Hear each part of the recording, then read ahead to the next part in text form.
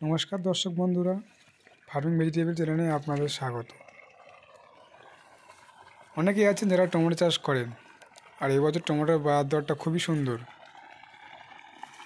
অনেকেই আছেন যারা টমেটো চাষ করেন কিন্তু ঠিকমতো ফসল ফলাতে পারেন না, পরিমাণটা কম হয়ে যায়। তার প্রধান কারণ হচ্ছে ঠিকমতো কীটনাশক ব্যবহার করেন না।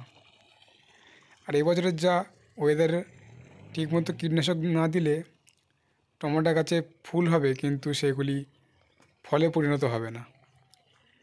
টমেটো গাছে যখন আমার যেমন দেখছেন গাছে পরিপূর্ণ আছে, ফুল জালিতে ভর্তি আছে, তখন আপনারা কি ব্যবহার করেন আমি জানি না, কিন্তু আমি যে কীটনাশক ব্যবহার করি আজ ভিডিওর মাধ্যমে সেইগুলি আপনাদেরকে জানাবো। গাছ রোপণ করার পর যখন থেকে গাছে ফুল ফুটবে সেই ঠিক তখন থেকে যে ফুলগুলিকে ফলে পরিণত করতে ভিটামিনের অবশ্যই প্রয়োজন। আর আমি যে ভিটামিনটা ব্যবহার করেছি সেটা হলো সাই পাওয়ার প্লাস।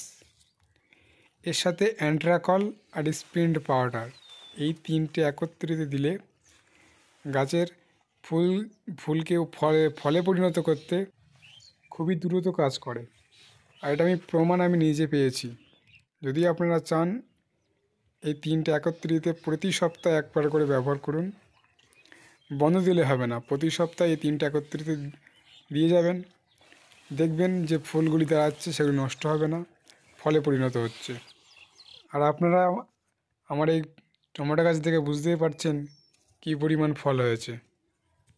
আর এই তিনটে একত্রিত ব্যবহার করলে গাছকে শক্তও করে, আর গাছের গ্রোথও ভালো করে, আর গাছের কোয়ালিটিও ঠিকঠাক রাখে। শুধু এই তিনটে দিলেই হবে না, এটা বিশেষ করে ফুলকে ফলে পরিণত করতেই ব্যবহার করা হয়।